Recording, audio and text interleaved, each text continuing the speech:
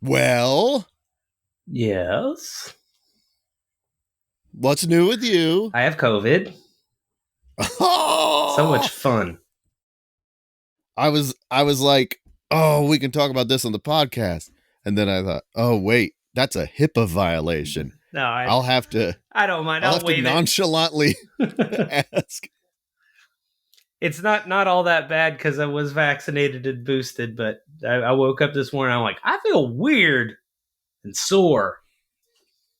And then I went to 9 places trying to find a test, and when I finally found one, of course, I was like, okay, yeah. So it's great that I exposed myself to 9 stores full of people. Yeah. It does seem a little strange that I made it this long. It feels like it's been forever, and then it's like a week that I didn't even go out anywhere this week, and I don't know who gave it to me. I have no idea. Yeah. I guess it would be kind of like if you were like a serial killer and you finally got caught. You're like, oh, well, it's just a relief, I guess, at this point. Mm-hmm. I've killed so many people. You go into the bathroom. Oh, what have you done? Oh, killed them all, of course. Rest in peace to a legend, Robert Durst, the Jinx. Robert is what's the word? Survived by? Is it survived by? I believe so. His son, Fred. And I'm the first person to ever make that joke. If I'm sorry if you thought you did, but this is a bad start to the podcast. Hey, let's kick it off with just talking about COVID. Yeah. Like, it's good fresh material. No? All right. Well, then let me do some real stale shit about Robert Durst. You think that they'll get Fred to write the obit? Yeah. What is his middle name? Joshua. Robert Joshua Durst came into this world as a reject. Look into those Look eyes. into his dead fucking eyes. Black shark's eyes.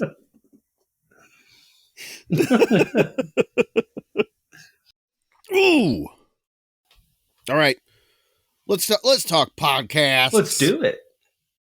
Do you have an idea for a podcast? Yep. This one is called Bonds After Bond. And it's a podcast where we enjoy the films that actors who have played James Bond made after they've left the Bond franchise. Bonds After Bond. Because in general, you've been typecast as James Bond, but you're big enough that you're never going to be as big as you were when you were Bond, but you're still big enough that you can get movies made. Like Sean Connery especially has a really interesting filmography after the Bond films are over, but Roger Moore as well. Not so much Lazenby, but even Pierce Brosnan has appeared in some weird stuff that you wouldn't expect him to be in. And Sean Connery is dead, right? Oh. We can't get him in something. I know he retired he died in 2020. Ago. Oh, he died? Okay. Shit. Well, rats. Yeah, we totally could have gotten bringing up bummers on this one, huh? Why did I even look it up? What's wrong with me? Bonds After Bond. I like this because it feels almost like there's some pun there, but there isn't. Nope. Bros before hoes, bonds after bond.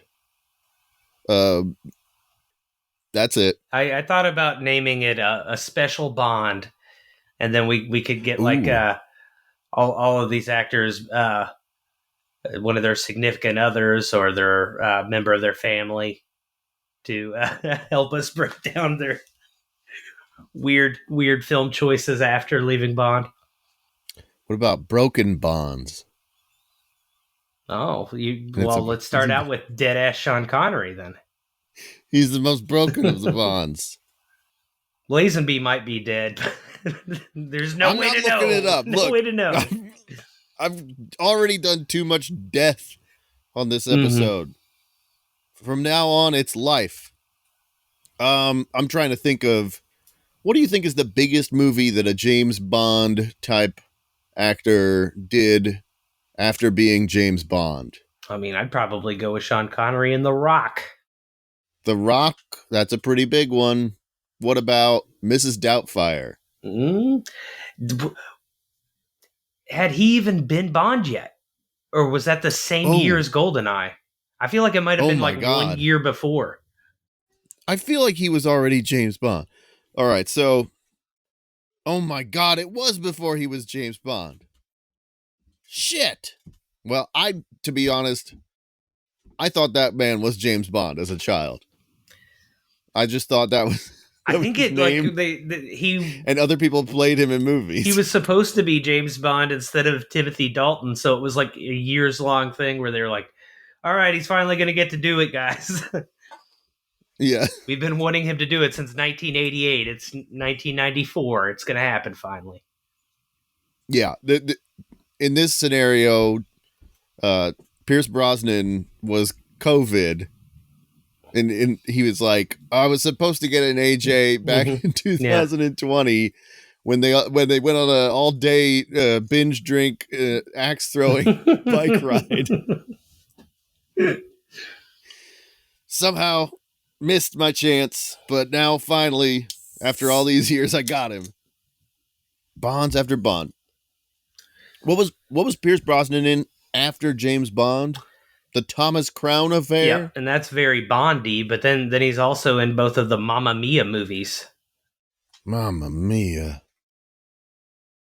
What? The Mamma Mia, and then just the second one's called Mamma Mia 2? Yeah, maybe something or does like it have a funny Here We Go Again Papa or something. Mamma Mia, and then Papa Pia, yeah. and then the third one's called Baby's Got the Diarrhea. Yeah, and I'm rooting for Meryl Streep to win her 5th Academy Award or whatever for that one. For her breakthrough performance in Baby's Got the Diarrhea. Though actually, I think they might have killed her off in the second movie. God damn! In Mamma Mia 2, they killed off. I think it's got a lot of flashbacks where they show Meryl Streep's character when she was a girl, and she dies. I think the movie is there. Like all of the 3 possible fathers come back to the weird Greek island because she has passed away for her funeral. So you may be choosing life, but I'm going to bring you back to death over and over again. Apparently, I'm sorry, man. It's all around. Even us. A fun, lighthearted ABBA musical. Jeez Louise. What I was trying to think of other Bond movies or Bond after Bond. There is, of course, the Cannonball Run. Has Timothy Dalton playing a very James Bond-esque character who enters the cannonball race, and he has like a little Aston Martin with babes in it. Yep. And then also Jackie Chan, before he was famous, playing a Japanese guy in a computer car.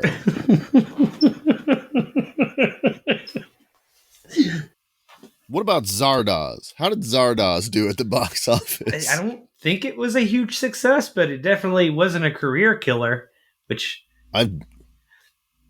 honestly, as the years go by, I like Zardoz less and less ironically. Yeah, it's really not bad. Not a bad film. It is a bonkers film. But I don't think, and who directed that? It was somebody who'd done something, not Zardoz. Well, it was not a big hit. It grossed $1.8 million on a budget of $1.57 million. So it was a failure, great. But not like a huge studio closing failure. Right. Oh yeah, it was John Boorman directed Zardoz. Refresh my memory on what else did he do? He was the director of Deliverance. Oh, yeah. The year before Zardoz. He was like, everybody's like, damn, Deliverance. And he's like, but wait, Zardoz. All right, Bonds after Bond. Mm-hmm. All right, I have one.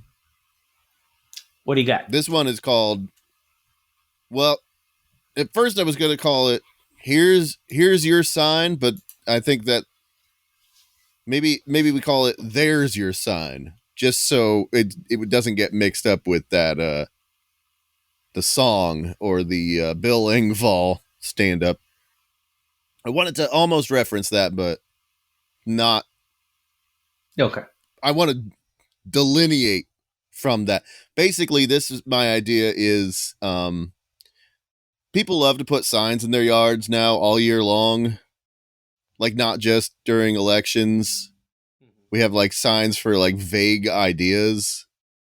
I mean, maybe not. Vague isn't the right word. Black Lives Matter is pretty straightforward. Yeah, that one lets you know what it means. Back the blue.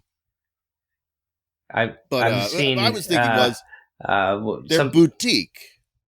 I guess is how you'd put them.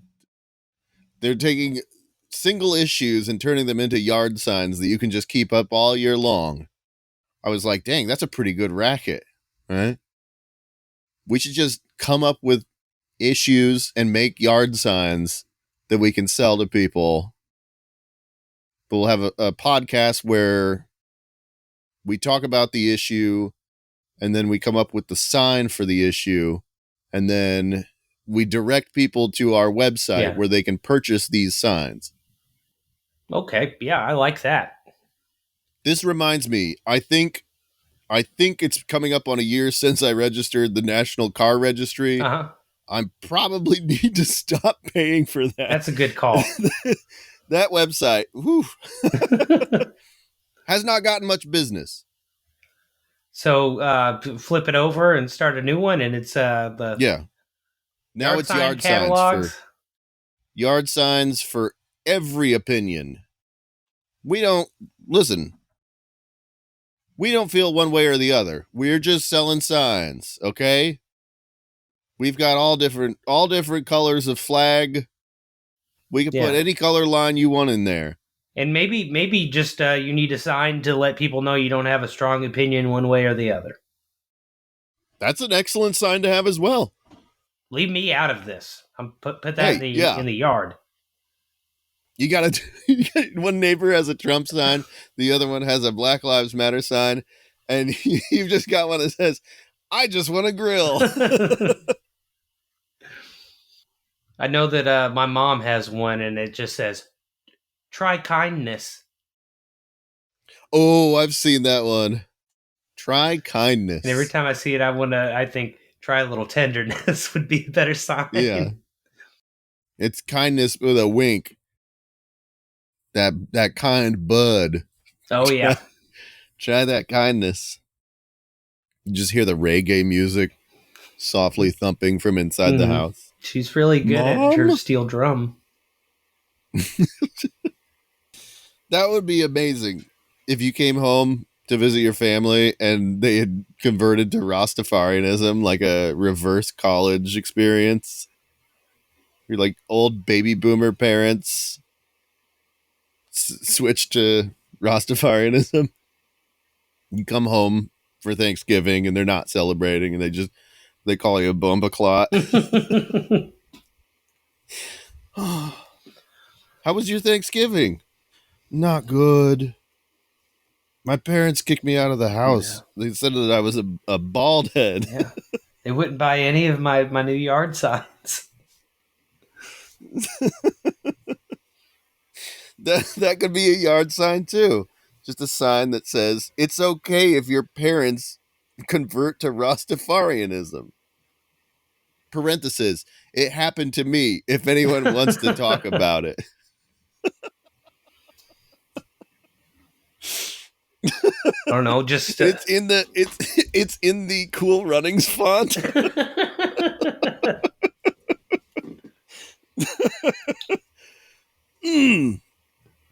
Yeah, there's your signs.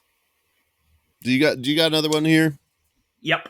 This one is called The Best of the Bottom Shelf. This is going to be a cheap booze podcast. Okay. One of our typical review shows, but we're going to pick like a price point that we can't go above and try to find something that we can actually make a tasty drink with. Okay. Mostly this comes from living next to the liquor store that is the second run liquor store, the Big Lots of Booze. And I will see things in there that I will think like, well, spicy honey rum, that might be good in one very particular situation. Like, let's find a drink to make with that. I've recently had root beer bourbon and ginger bourbon. Oh yes, yeah.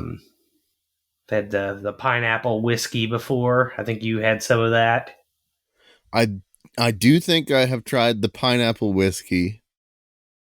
I just got some peanut butter whiskey. It had a dog. What was it called? It had a dog's paw on it. And I just kept thinking, like, am I to understand that there's somehow they're drawing a connection between peanut butter whiskey and your dog? Like, if your dog doesn't want to lick your balls, you can get him loosened up with this. What do you think the percentage is on dogs that like booze?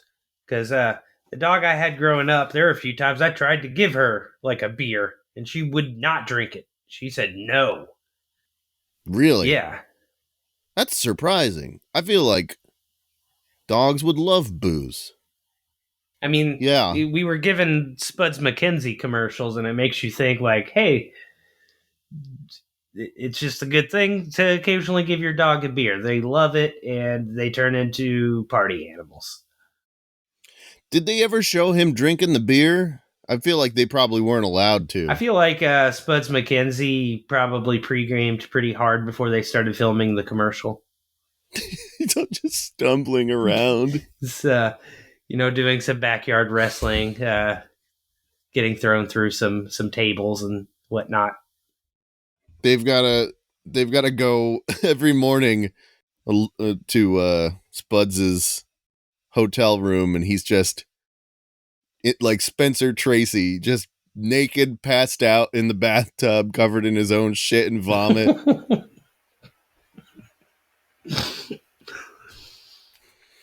Do you think that they're allowed that was to how say Spencer Tracy lived? Covered in shit and vomit? And I've made another bummer. God damn it. I did not know that about Spencer Tracy. I think it was Spencer Tracy. Again, not looking it up. I would rather live a lie than confirm another depressing fact on this podcast. Best of the bottom shelf. What is the best bottom shelf alcohol? Are we counting, is this just spirits, or are we counting beer and wine? We can do the cheap beer. We can do cheap wine. We can just we have to pick an amount of money that you don't go over. I just opened before we started recording this. It's a can of Kirkland Signature Citra Hop Session IPA. It's pretty good for a Kirkland Signature product. Mm-hmm.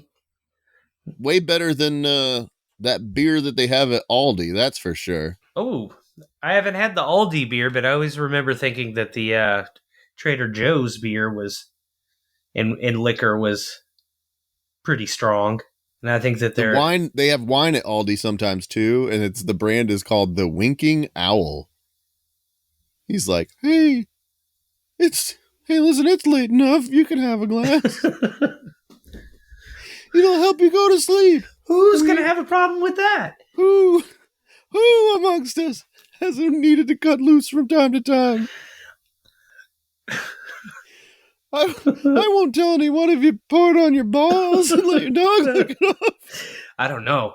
I don't. Would an owl swoop in and just start tearing at my nutsack if I did that? You accidentally get the mouse flavored vodka and pour it on your balls. The fucking bird from Harry Potter just comes through your chimney. Starts clawing at your groin. Then I got to find my balls the next day, thrown up in a weird little pellet. I recently went to a bird sanctuary because my life is a Simpsons episode, and I had this realization on my drive home this afternoon. I was like, growing up, I was always like, man, my dad is Homer Simpson, but my mom is Peggy Hill. And now I'm like, I think I'm Hank Hill and my wife is Marge Simpson. Like, she seriously is like, I just think they're neat. As far as life being like a Simpsons episode, every day at work, I drive past the Louisville Box Factory and think about what it would be like to have a field trip there. Damn. Oh, but yes, back to the bird sanctuary. They had a bunch of injured birds that they were taking care of, and they were like, and here you can see some of the birds that we're nursing back to health. And we go into this room, and it's just, full of cages, but they all have like a towel draped over the front of the cage, like a kennel type situation. And I'm standing next to one, and they're like showing this hawk or something that hurt one of its wings. And behind me in the cage with the towel over it, I just hear, I was like, what is that? It was an owl. It was a barn owl, and it just had this ghostly white face, and it was like, it was all bristled up, and it was hissing like crazy. And then another one heard it and started doing it too. And I just thought, my God, if I had a barn and I went in there and that thing was like up in the hayloft, making that that's where noise, they'd find my dead body. Yeah, just I'd burn fall the right barn off the down. ladder. Yeah, we got to build another one. Make sure that we don't leave the. Well, barns have built-in open windows, don't they? Mm-hmm. You're gonna have to put like a proper window in there. I think that they have a window that you can open and shut, and then they have like a little pulley, right? And you can hook that pulley and pull the hay up in there. Mm-hmm. Isn't that the hay loft? Yep. It's been a while since I've been in a barn. Of course, I mean, I was raised in one as a child. That's why I'm always leaving the door open. Yeah. But I bet, ironically, I bet it's been so long since you've been in a barn. I bet there are a lot of modern improvements to barns. Perhaps some way of deterring owls would be a good one.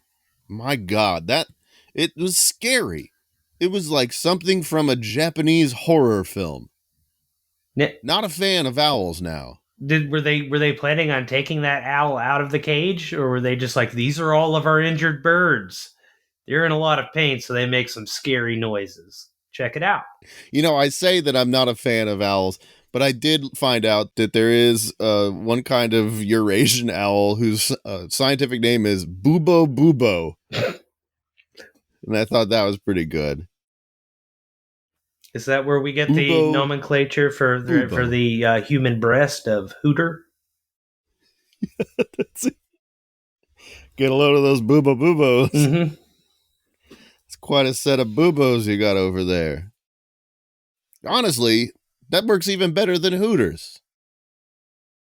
They should open like a Hooters restaurant, but for pedantic science nerds, and call it bubos. Now, I don't know how that's spelled, but that sounds kind of close to booboles, like the bubonic plague, the weird bumps that would pop up on your skin. Oh, I don't know how to spell I that. think it's like BUBOLES. Oh, this is just BUBO. Okay. BUBO, BUBO. BUBO's restaurant. And then in tiny print, it says, "This is just a sting operation for Neil deGrasse Tyson. He's the groping scientist. We're going to get him." Yeah, we have garlic wings and honey trap. I'm sorry, honey pot. I'm sorry, honey mustard. All right, I have another idea for a podcast. Alrighty. This is called Roast Who. All right. And this was inspired by an experience I had at work. There's this old guy who is in an office where you have to go. Everyone has to like go through there, and this guy is he thinks he's Don Rickles. He is terrible at making fun of people. Just, I mean, it physically hurts. Like my skin is trying to leave my body hearing him try to roast people. He calls me Mr. Rockstar.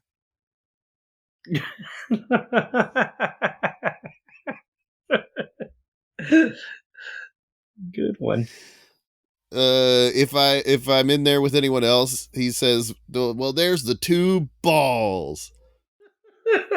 So is this a podcast where we get that guy to come Where on? we try and teach people like that guy how to effectively roast someone based on their appearance. Okay. Also, one time, he said to one of my coworkers who had been growing a beard. He said, and I mean, beard, that's an easy one. There's plenty of slam dunks for it. An office level beard joke. You got Grizzly Adams. You could just say The Hangover. People would laugh at that. You know, you could say like, "Oh, what are you, a mountain man or something?" Here's what he said to him.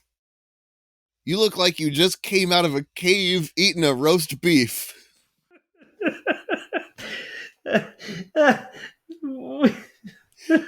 Yeah.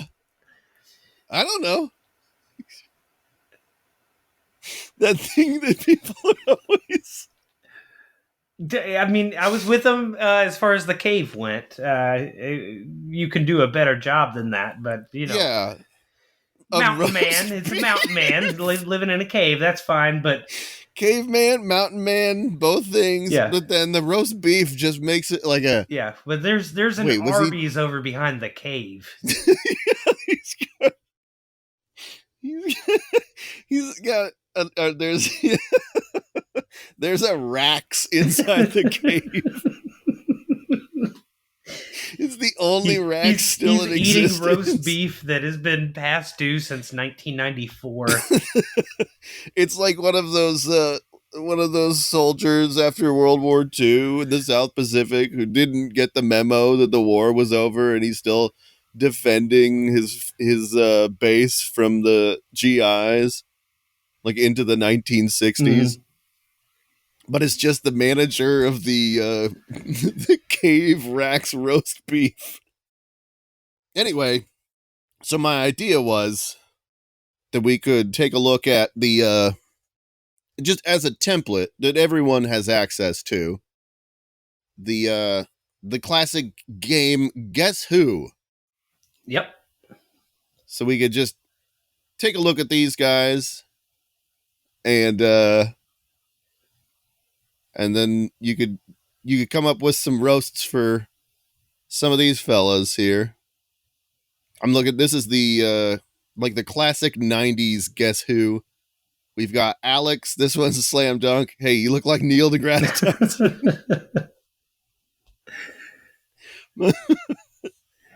My man looking like he's gonna honk your boobs with a moon vest on. Now I don't even see an Alex on here. I think you might have said Top left. Oh, did I send? You sent me the. Oh, I'm sorry. That's okay. He's third row down on the right, I believe. Did I send you? Yeah. Do I you see him Alex? now. I do now. Okay. Found him. Freaking me out for a second. He's just exists in my imagination. Okay. As far as other people to make fun of, it feels like Max would be the sort of person to declare things a spicy meatball. Mm-hmm. I'm looking at Richard here. Looks like somebody smushed silly putty on Dr. Phil and then stretched it out. Alfred is still recovering from Vietnam, and at least once every Christmas will wildly wave a handgun around and say, "You don't get it, man!" Like I say, Claire looks like she's going to complain about your political signs in your yard, but she also looks like she could secretly suck a mean dick. You think that about Claire?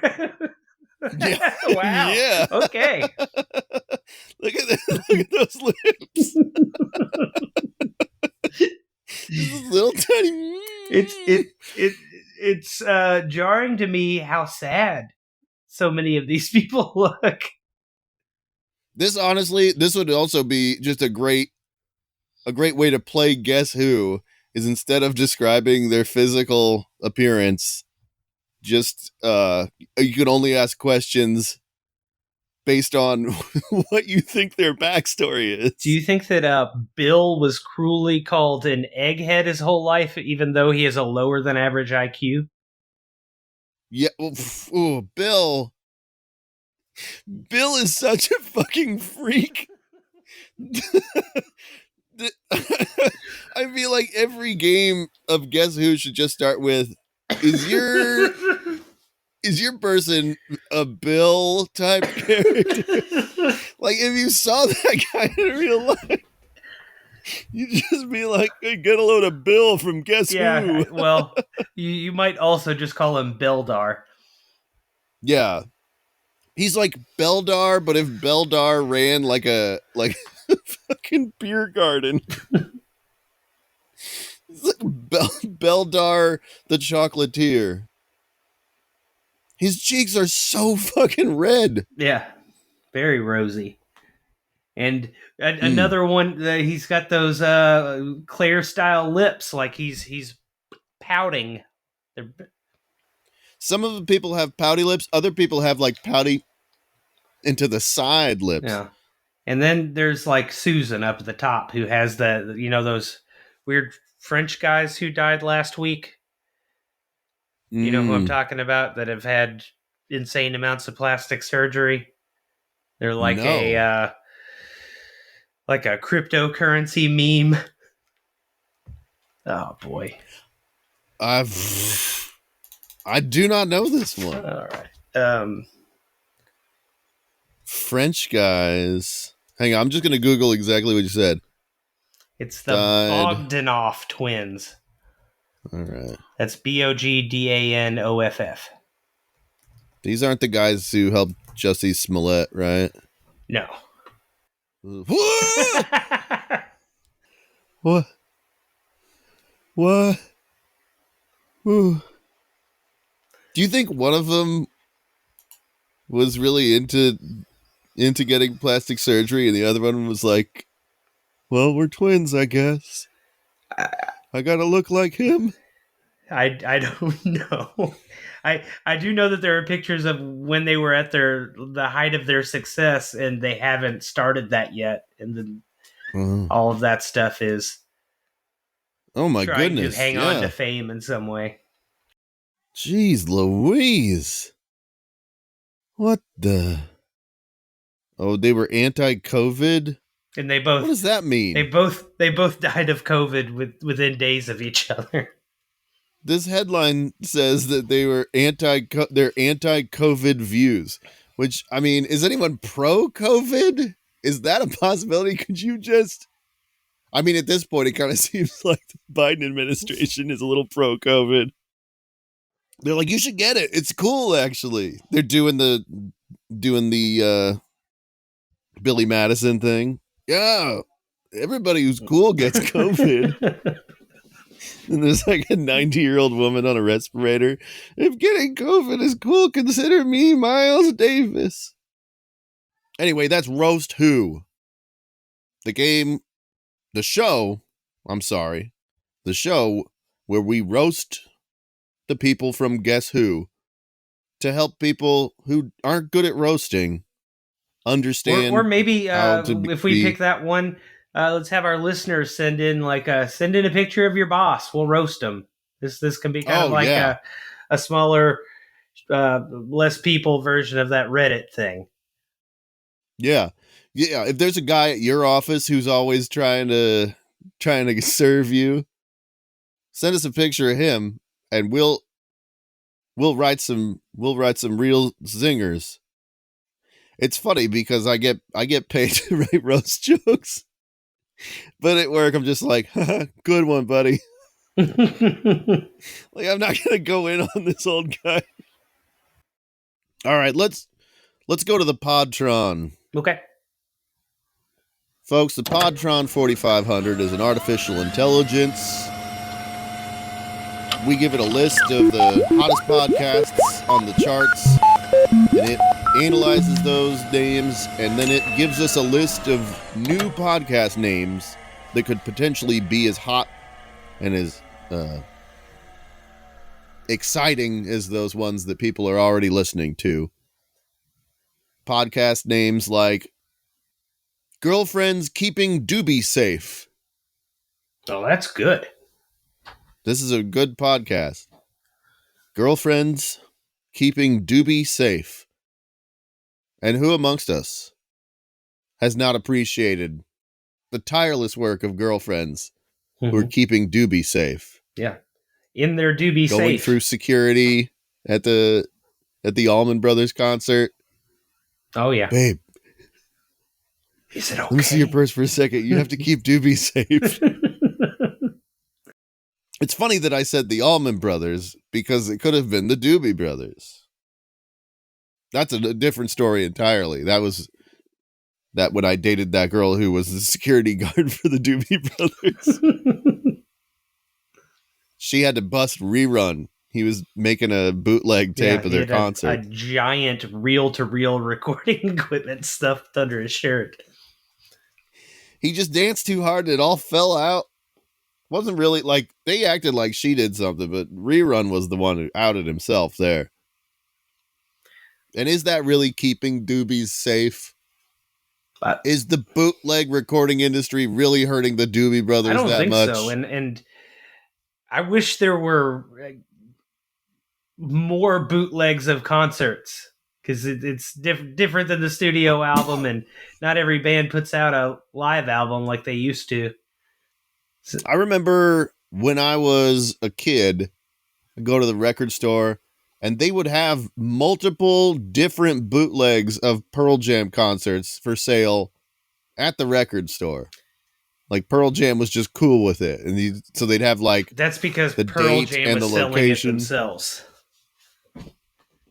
The Pearl Jam records every one of their concerts, and like 24 hours later you can buy a recording of that concert from Pearl Jam. Really? Yeah. I think Fish does something similar. Do you hear a cricket? No. There's a cricket in my basement. That's normal. Yeah, that's in where January, they right? are. Yeah. Yeah. Just chirping away. Well, that's not as cool. I thought that Pearl Jam was just letting people record their concerts and sell it at Sam Goody. But in retrospect, that doesn't make a lot of sense. So. But I think that with your ticket, you get a copy of them. So I always thought of it as like somebody gets dragged along to a Pearl Jam concert and then they're just like, well, I'm going to sell this shit. Because I don't think it's like a thing where they're printing tons of copies of them. So when you see like Louisville, Kentucky, January 14th, 2005, somebody went to that show got it mailed to them after the show, and then they're just like, well, fuck that. I'm actually going to go down to a used record store and get some store credit for this.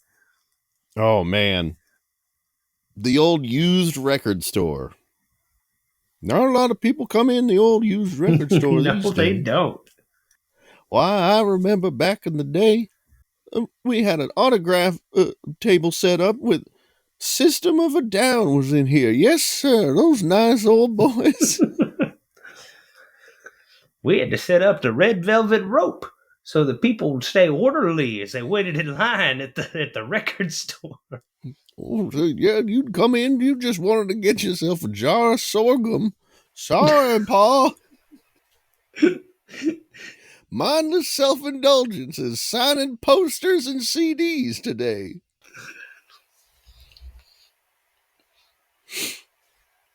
Well, we used to we had a little fellow. He'd come in. We'd pay him a nickel. He'd walk up and down the line outside selling taffy to all the fans of the Insane Clown Posse.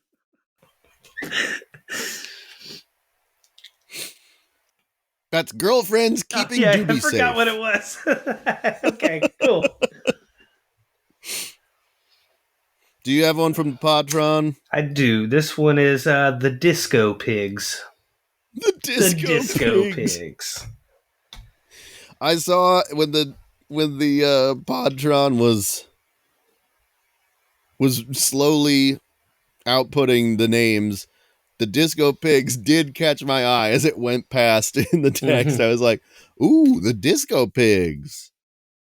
Now this does interest me because I feel like we could find this could be the search for the Disco Pigs.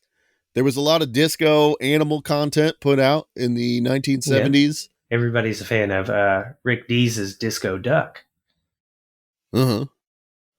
And I did, when I was trying to find a theme song for the Alligator Annihilators podcast this past week, I did come across a song called Alligator in the Elevator, and it is credited to The Pigs Sing.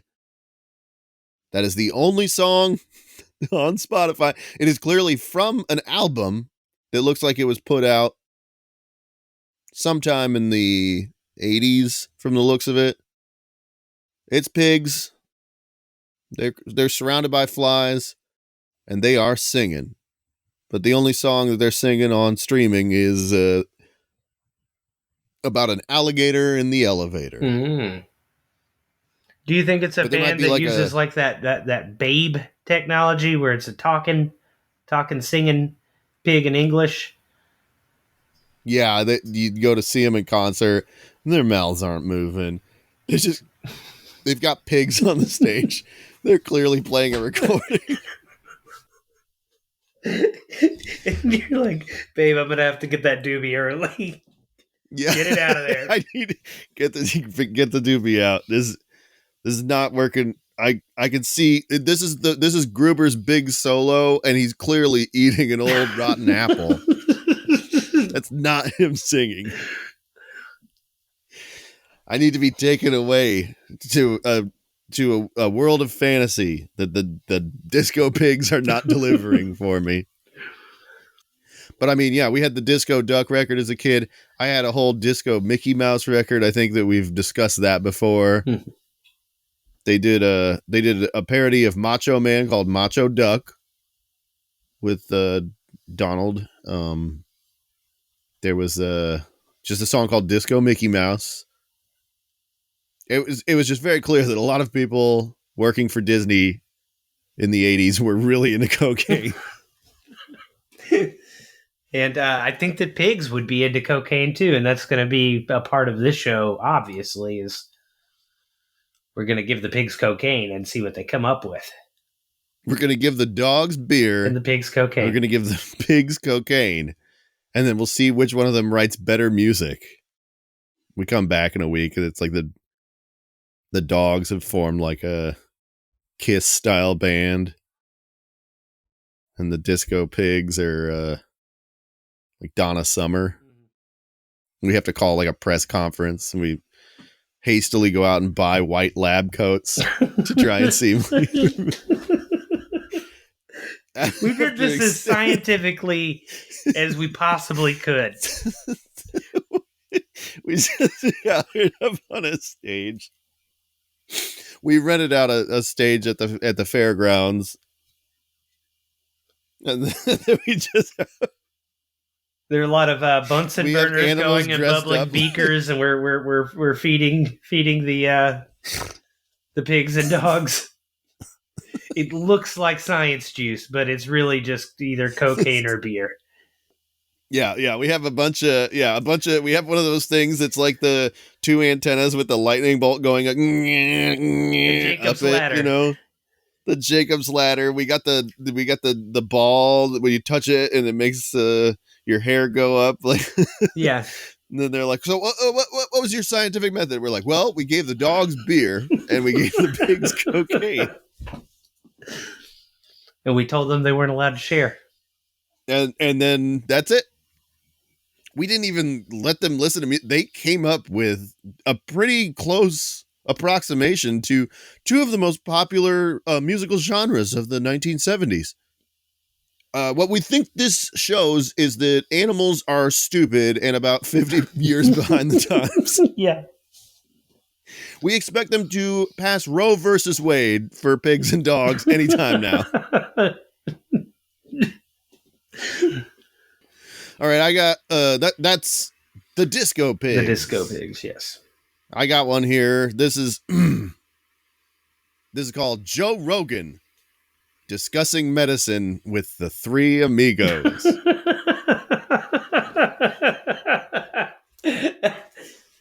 I was like, Joe Rogan discussing medicine? I don't know. Oh, with the three amigos. This one's going to be a little tricky to get, I think. We did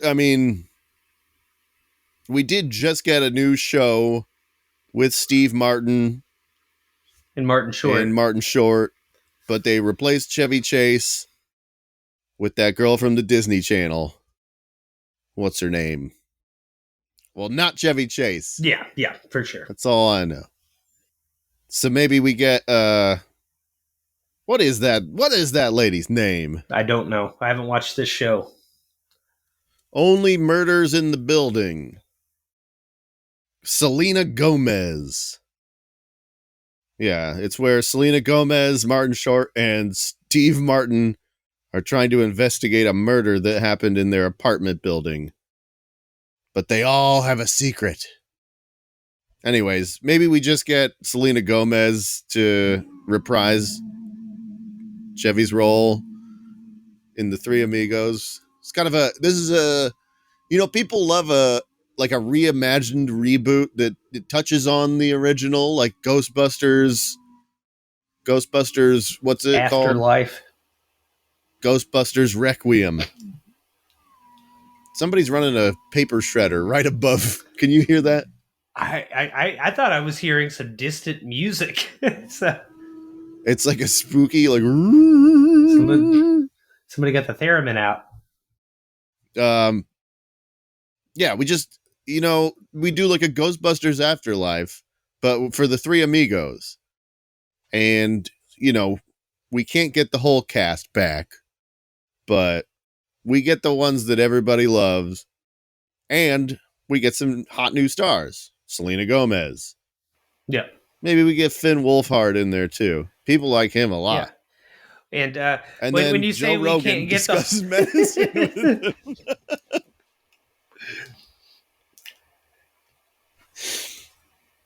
And of course, he's going to be like talking about marijuana and the COVID, and he'll be like, "Did you see about this study that was done? They gave pigs cocaine and dogs they gave them beer."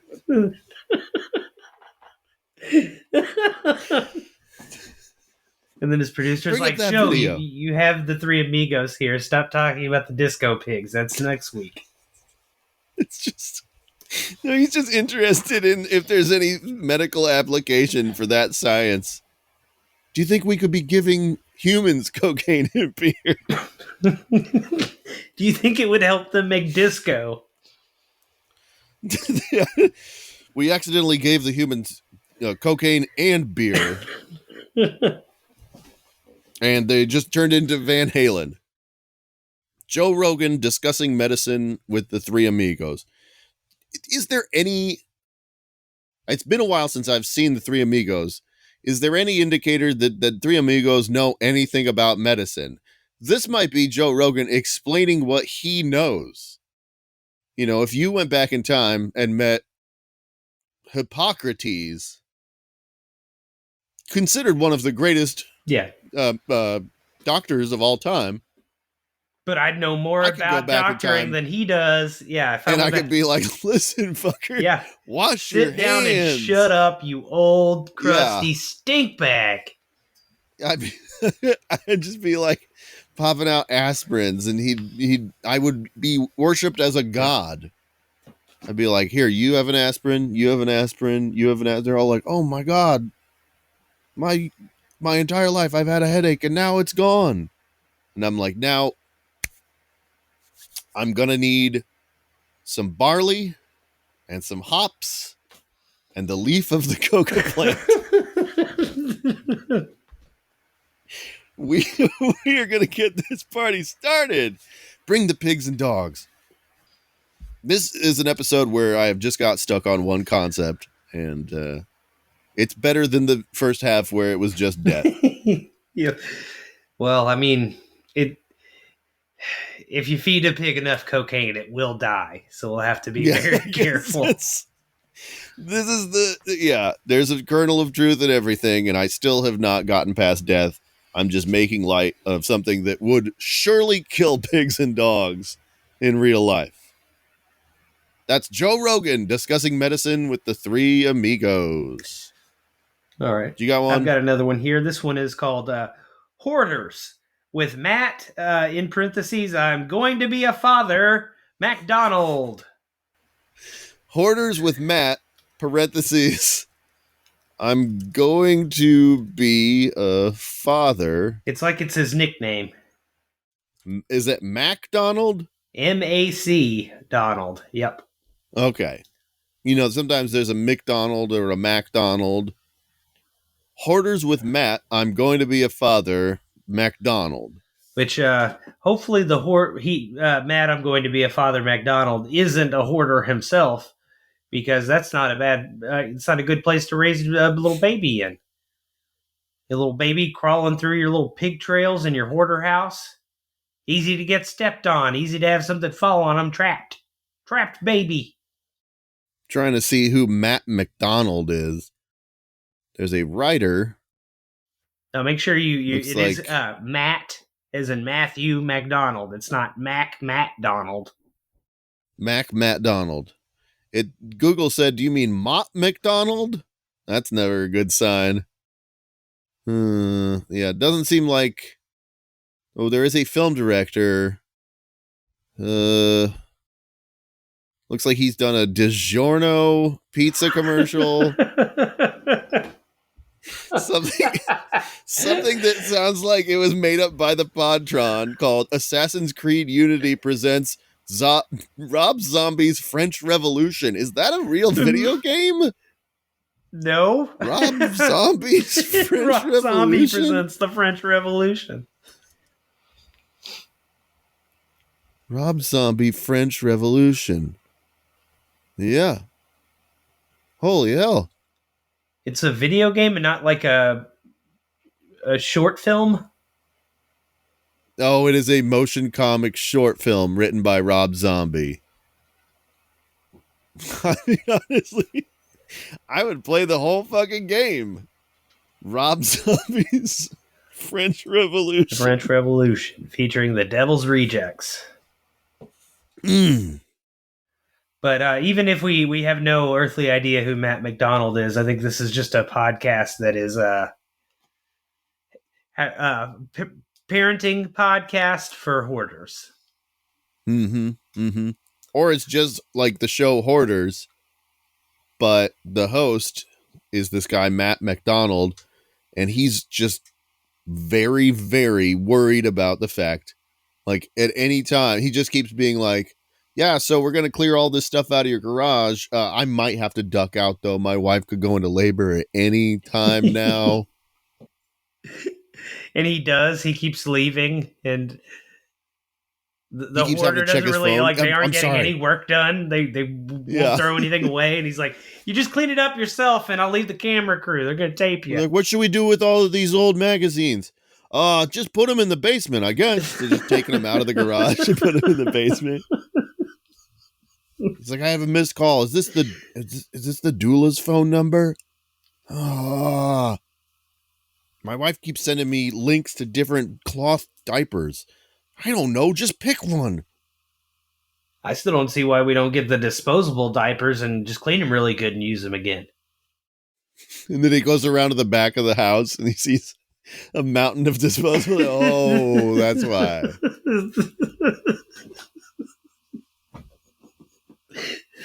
Just give them a good hosing down. They'll be fine. He's just looking at hoarders' houses and being like, yeah, it might have been a mistake bringing a child into this world. Yeah. All right, here are our options for this week. We have Bonds After Bond, There's Your Signs, The Best of the Bottom Shelf, Roast Who, Girlfriends Keeping Doobie Safe, The Disco Pigs, Joe Rogan discussing medicine with the three amigos, and Hoarders with Matt, I'm Going to Be a Father, MacDonald. What do you think?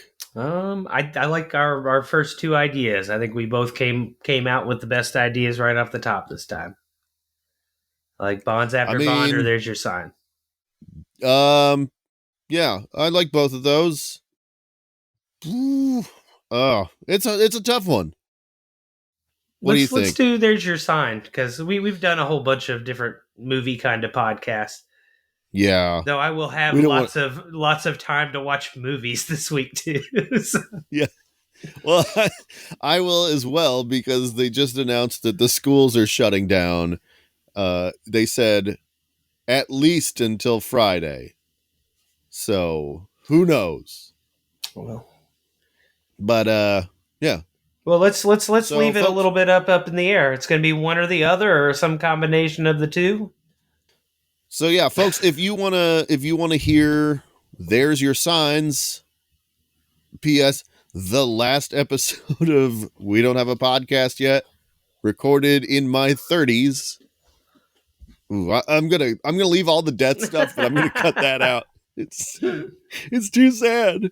People will be like, oh, it's cringe. This old boomer is making a podcast with his friend. If you want to hear There's Your Signs, you can head over to patreon.com. That's P-A-R. Why do I try and spell it? Why do I even try? Patreon.com/We Don't Have a Podcast Yet. Sign up to support the show, and you will get access to every week's bonus episode where we try out the idea, as well as The Vault, where we keep every past attempt at a podcast. Anyways, we don't have a podcast yet. I'm Nathan P. Woodard. I'm Andrew James Estes. Good night. Night.